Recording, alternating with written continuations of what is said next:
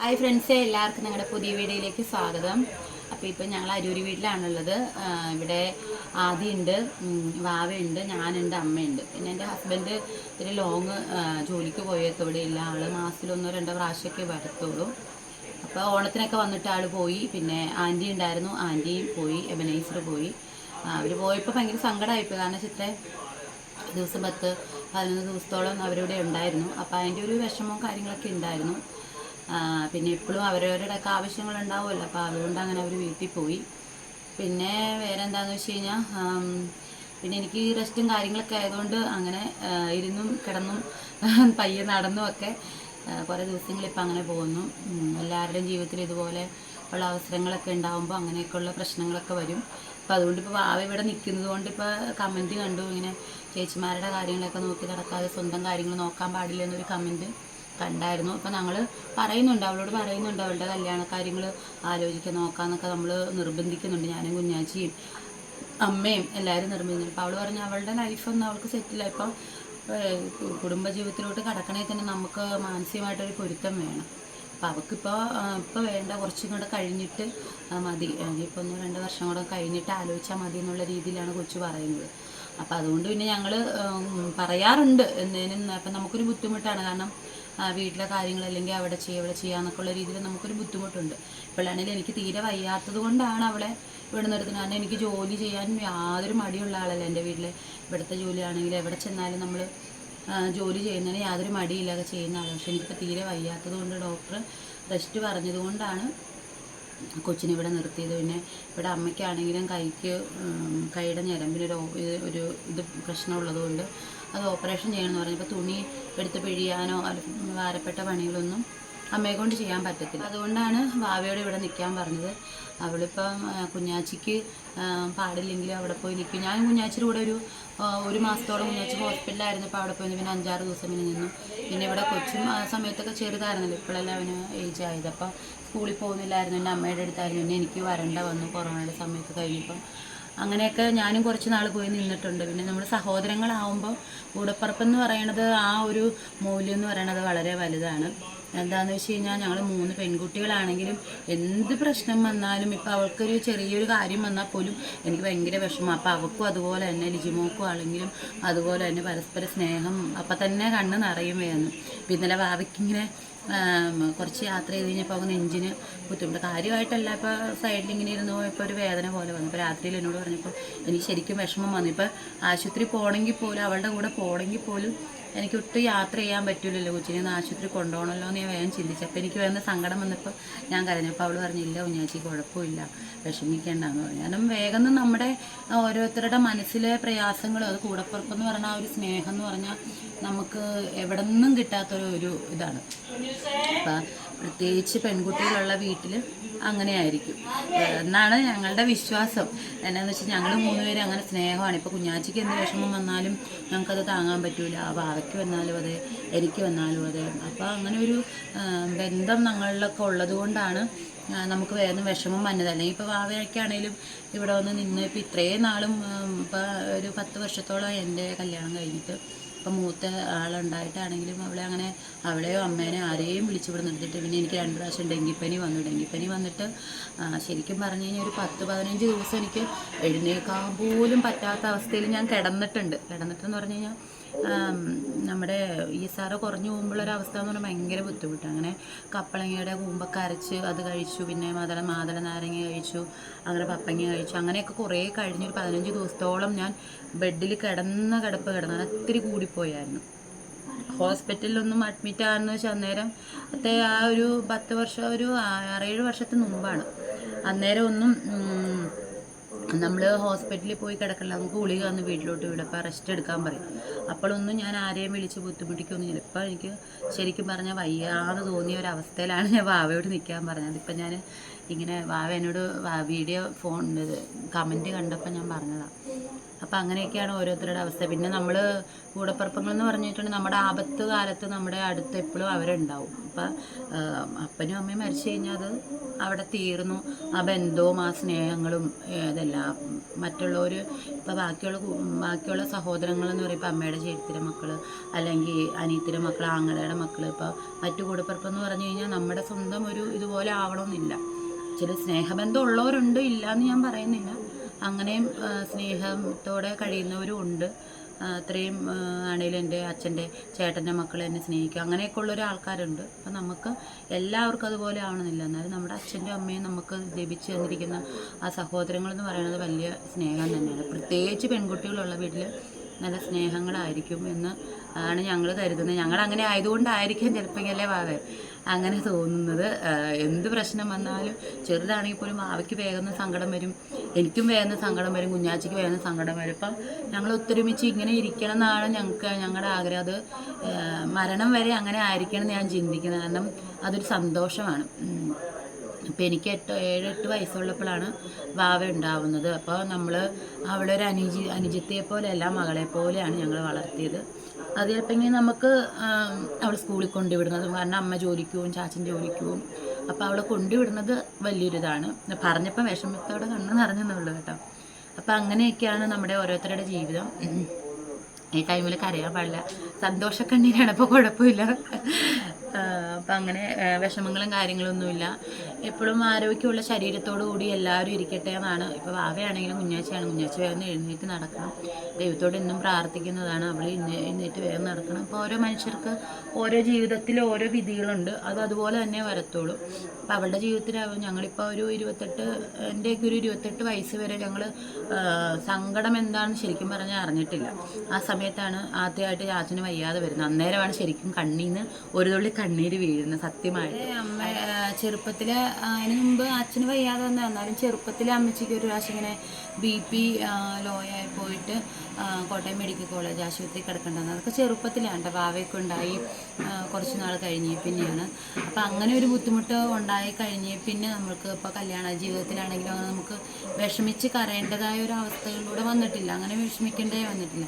പിന്നെ അങ്ങോട്ട് ചാച്ചന് വയ്യാതായി, പാടില്ലാതെ ചാച്ചൻ മരിച്ചു.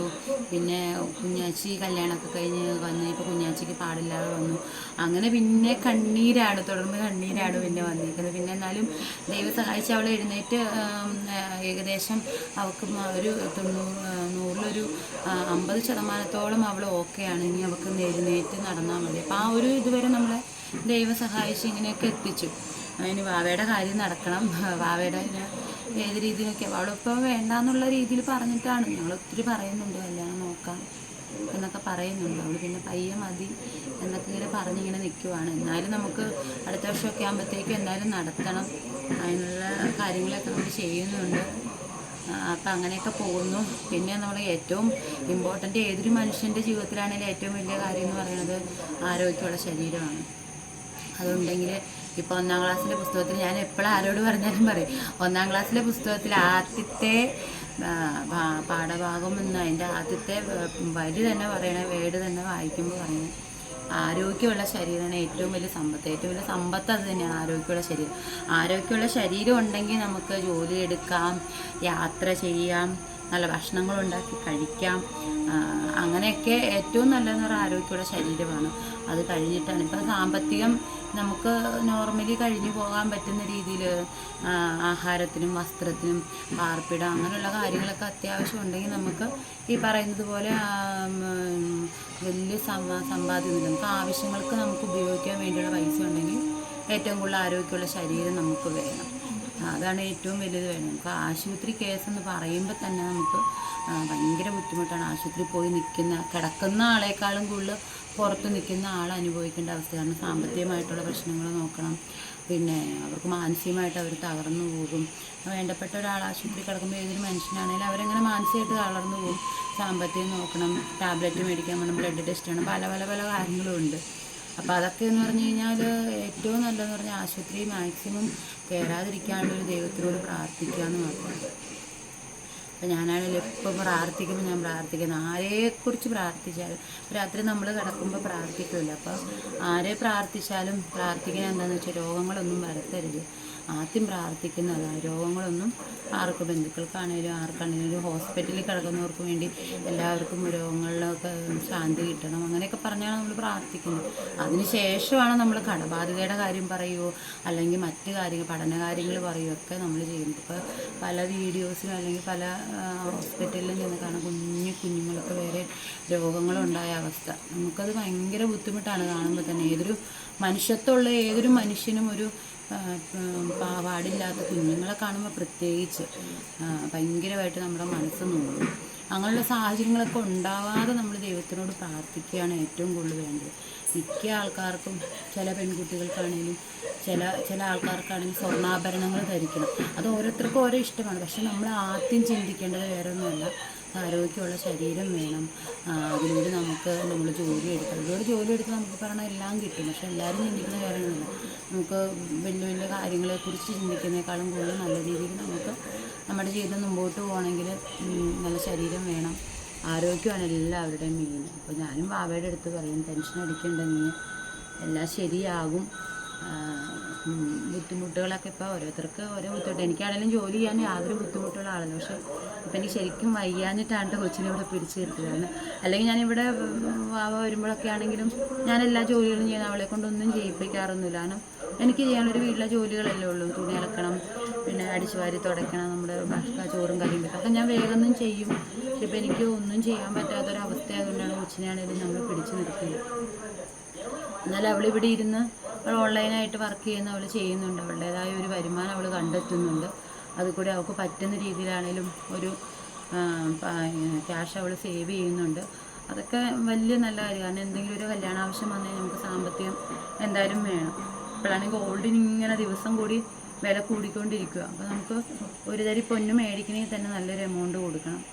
സ്ത്രീധനമായിട്ട് കൊടുക്കണതല്ല, ഒരു പെണ്ണിനൊരു ഭംഗി എന്ന് പറയുമ്പോൾ ചിലപ്പോൾ ഒരു മാല ഇടുന്നതോ ഒരു കമ്മലിടുന്നതോ ഒക്കെ ഒരു ഭംഗിയാണ്. അപ്പോൾ അങ്ങനെയൊക്കെ ഒരു രീതി വെച്ച് നോക്കുമ്പോൾ അപ്പോൾ അത് മേടിക്കാനുള്ളൊരു തുക അവൾ കുറച്ച് കരുതുവാണെങ്കിൽ നമുക്ക് അതിനുള്ള രീതിയിൽ ബാക്കിയുള്ളൊരു എമൗണ്ട് നമുക്കും കരുതി കാര്യങ്ങളൊക്കെ നടത്തി വിടാം. എന്താണെങ്കിലും ഒരു കല്യാണം എന്ന് പറയുമ്പോൾ അതിൻ്റെതായ ചിലവുകളും കാര്യങ്ങളൊന്നും ഒക്കെ ഉണ്ടാവും. പിന്നെ ഒത്തിരി പേരെ വിളിച്ച് നമുക്ക് നടത്താൻ പറ്റുന്ന സാഹചര്യമൊന്നും നമുക്കുണ്ടാവില്ലല്ലോ. എന്നാലും നമുക്ക് അടുത്തുള്ള ബന്ധുക്കളെയും അച്ഛൻ്റെ വീട്ടുകാർ, അമ്മയുടെ വീട്ടുകാർ, പിന്നെ കുഞ്ഞാച്ചിയുടെ ബന്ധുക്കൾ, അവിടെയൊക്കെ കൊല്ലത്തൊക്കെ ആണെങ്കിലും ഒരുപാട് വാവേനെ അറിയുന്നതും വാവന് അവരുടെ കുടുംബത്തിലൊക്കെ ഉള്ളവർ ഒത്തിരി പേരുണ്ട്. വാവയ്ക്ക് നല്ല സ്നേഹമാണ് അവരോട്, എല്ലാവരോടും അവരെയൊക്കെ വിളിക്കണം. ഇവിടെ ഞങ്ങളുടെ വീട്ടിലാണെങ്കിൽ കുറച്ച് പേര് 2-3 വീട്ടുകാരെ നമുക്ക് വിളിക്കാനുണ്ട്. അങ്ങനെയൊക്കെ വിളിച്ച് കല്യാണം നടത്തണം എന്നാണ് ഞങ്ങൾ ചിന്തിക്കുകയും വിചാരിക്കുകയും ചെയ്യുന്നത്. അപ്പോഴത്തേക്കും കാര്യങ്ങളൊക്കെ റെഡി ആക്കണം എന്ന് വിചാരിക്കുന്നു. അപ്പോൾ നമ്മൾ വീഡിയോസൊക്കെ ഇടുമ്പോൾ എന്ന് വെച്ചാൽ നല്ല വീഡിയോ ഒക്കെ ഇടുമ്പോൾ അത് എല്ലാവരും കാണണം, ഞങ്ങളെ സപ്പോർട്ട് ചെയ്യണം. പിന്നെ ഷെയർ ചെയ്യണം, ലൈക്ക് ചെയ്യണം, കമൻറ്റ് ചെയ്യണം. നല്ല വീഡിയോസ് നമ്മൾ ഇനി വാവയ്ക്ക് ഇനിയിപ്പോൾ പറഞ്ഞ പോലെ ഓരോരോ തരത്തിൽ ഇപ്പോൾ ഇവിടെ വന്നിട്ടാണെങ്കിലും എന്തെങ്കിലുമൊക്കെ ജോലികൾ ചെയ്ത് അവൾക്ക് വർക്കിൻ്റെ കാര്യങ്ങൾ ഓൺലൈനായിട്ട് അത് ചെയ്യണം. പിന്നെ ഇവിടുത്തെ ജോലികളും കാര്യങ്ങളും ഒത്തിരി ഇല്ല. എന്നാൽ പോലും കൊച്ചിനെ സ്കൂളിൽ വിടുന്നതിന് പറഞ്ഞു കൊടുക്കാനും പഠിപ്പിക്കാനും. ഇപ്പോൾ എനിക്കാണെങ്കിൽ ഇങ്ങനെ പറഞ്ഞു കൊടുക്കാനും കൂടുതൽ, ഇപ്പം 4ാം ക്ലാസ്സിലാണ്, കൂടുതൽ പറഞ്ഞു കൊടുക്കാനെന്ന് ശരിക്കും പറഞ്ഞാൽ ഇപ്പോൾ എനിക്ക് അതിനുള്ള കുറച്ച് നേരമൊക്കെ ഇരിക്കാൻ പറ്റാത്തൊരു ബുദ്ധിമുട്ടുണ്ട്. പിന്നെ ഇപ്പോൾ ഒരു സ്കാനിങ് കൂടെ കഴിഞ്ഞ് കഴിഞ്ഞാൽ കുഴപ്പമില്ല, അതിന് ഡോക്ടർ എന്താ പറയണതെന്ന് അറിയില്ല. അതുവരെ ഒരു ബുദ്ധിമുട്ടുണ്ട്. നോക്കിയിട്ട് എന്താണെന്ന് വെച്ചാൽ പറയാമല്ലോ എന്ന് വിചാരിച്ചിട്ടൊക്കെ അങ്ങനെ ഇരിക്കുന്നു.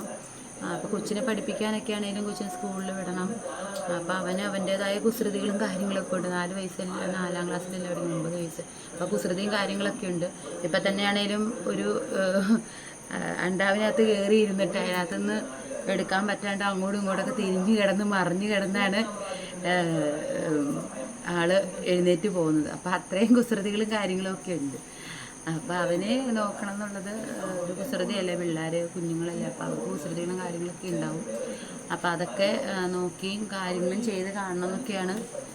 അങ്ങനെ അവൻ്റെ കാര്യങ്ങളൊക്കെ നോക്കണം. അതൊക്കെ അവയ്ക്കാൻ പറ്റുള്ളൂ. എനിക്കിപ്പോൾ അവനെ രാവിലെ എഴുന്നേൽക്കാനും വിളിച്ചു കൊണ്ടുവന്ന് എഴുതിക്കാനും അങ്ങനെയൊക്കെ ഒരു ശാരീരത്തിന് ഭയങ്കര ക്ഷീണമുള്ളതുകൊണ്ട് അവൾ പറഞ്ഞു കുറച്ച് ദിവസം കൂടെ അവ നിന്നിട്ട് അവൻ്റെ കാര്യമൊക്കെ ചെയ്യണം എന്നൊക്കെ പറഞ്ഞാണ് വാവനെ ഇവിടെ നിർത്തിയേക്കുന്നത്. അപ്പം അങ്ങനെ ഒരു കമൻറ്റ് കണ്ടതുകൊണ്ടാണ് ഞാൻ ഇത്രയും പറഞ്ഞത്. കൊച്ചിനെ ഞങ്ങൾ മനഃപൂർവ്വം വിളിച്ച് നിർത്തുന്നതല്ല. ഇനി നാളെ ഒരു അവസരത്തിൽ ഈ പറയുന്ന പോലെ എനിക്കിപ്പോൾ പാടില്ലാതെ വന്നു, കുഞ്ഞാച്ചിക്ക് പാടില്ലാതെ വന്നു, ഇപ്പം അമ്മച്ചിക്ക് പാടില്ലാതെ വന്നു, അങ്ങനെ ആർക്ക് വയ്യെന്ന് പറഞ്ഞാലും അവളാണെങ്കിലും ഞാനാണെങ്കിലും ഇപ്പോൾ എനിക്ക് ചെയ്യാൻ പറ്റുന്ന കാര്യങ്ങൾ ഞാനും ചെയ്തിട്ടുണ്ട്, ചെയ്യാറുമുണ്ട്.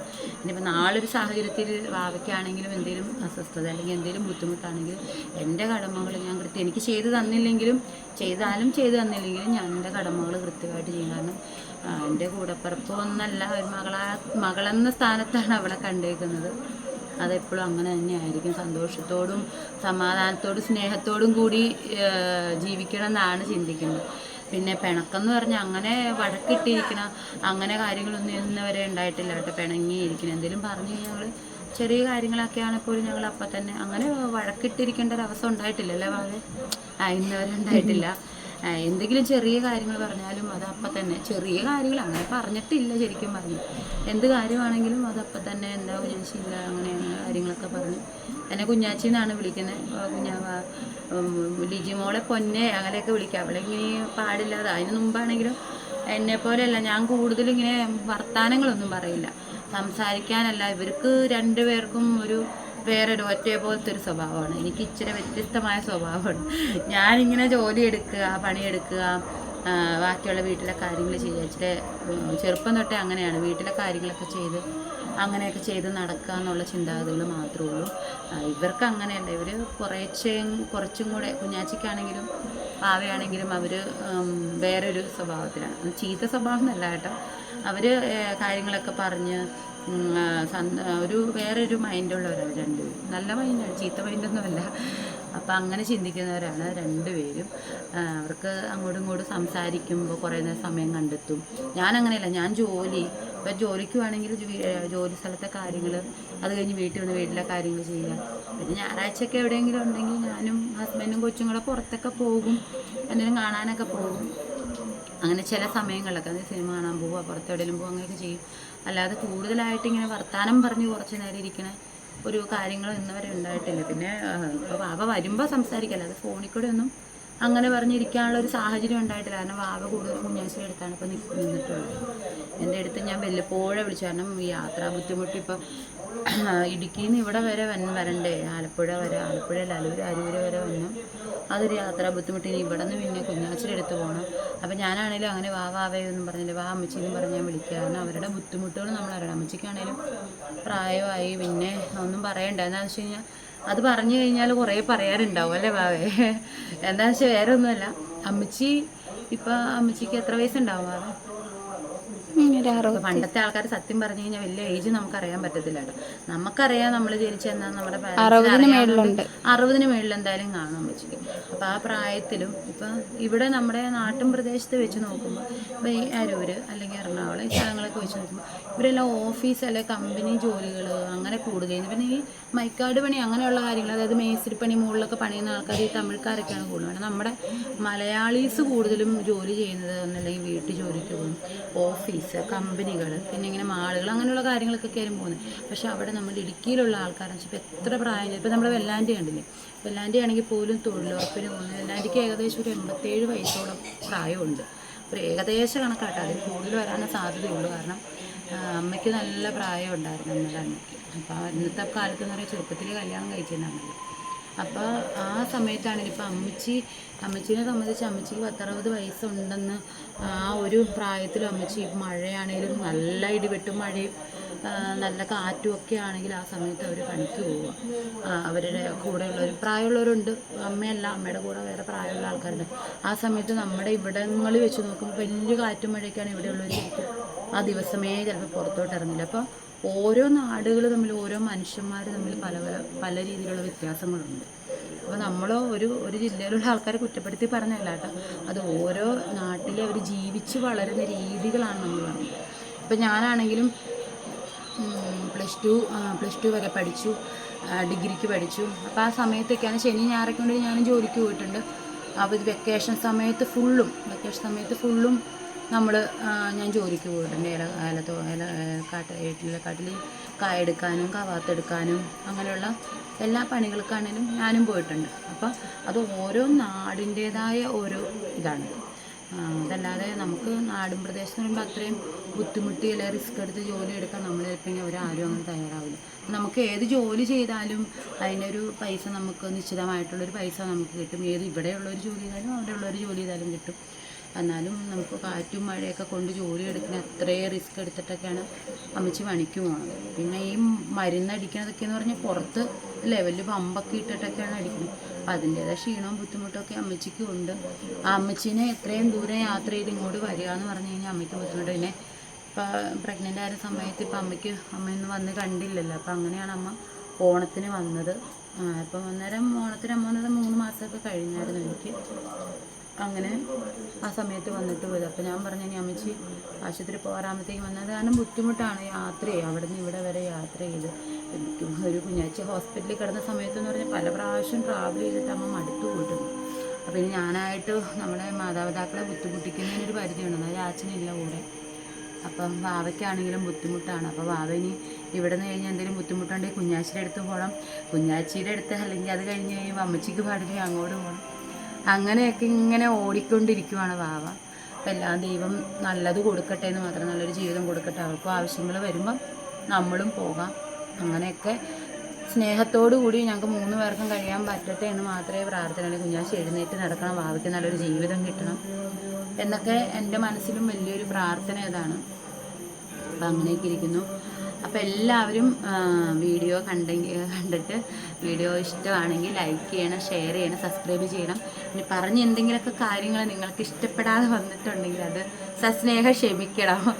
വേറെ ഒന്നും കൊണ്ടല്ല. ഇപ്പം നമുക്ക് ഓരോരുത്തർക്കും ഓരോ അറിവുകളാണല്ലോ. ഇപ്പം എൻ്റേതായ അറിവുകൾ അല്ലെങ്കിൽ എൻ്റേതായ കാര്യങ്ങളെക്കുറിച്ചാണ് ഞാൻ പറഞ്ഞത്. അപ്പം എല്ലാവരും സബ്സ്ക്രൈബ് ചെയ്യുകയും പിന്നെ ഷെയർ ചെയ്യുകയും കമൻറ്റ് ചെയ്യുകയും ചെയ്യണം. നിങ്ങൾക്ക് ഇഷ്ടമുള്ള കമൻറ്റുകളൊക്കെ നിങ്ങൾ രേഖപ്പെടുത്തിക്കോളൂ. അപ്പം ഞാൻ പറഞ്ഞെന്നുള്ളൂ, എല്ലാവർക്കും ഓരോരുത്തർക്കും ഓരോ അറിവുകളും കാര്യങ്ങളുമാണ്, ഓരോ ഇതുമാണ്. അപ്പോൾ അതൊക്കെയാണ് നമ്മൾ പറഞ്ഞത്. അപ്പോൾ എല്ലാവരും വീഡിയോ കണ്ട് ലൈക്ക് ചെയ്യുക. ഓക്കെ, അപ്പോൾ എല്ലാവർക്കും മറ്റൊരു വീഡിയോ ഒക്കെ കാണാം. Bye bye.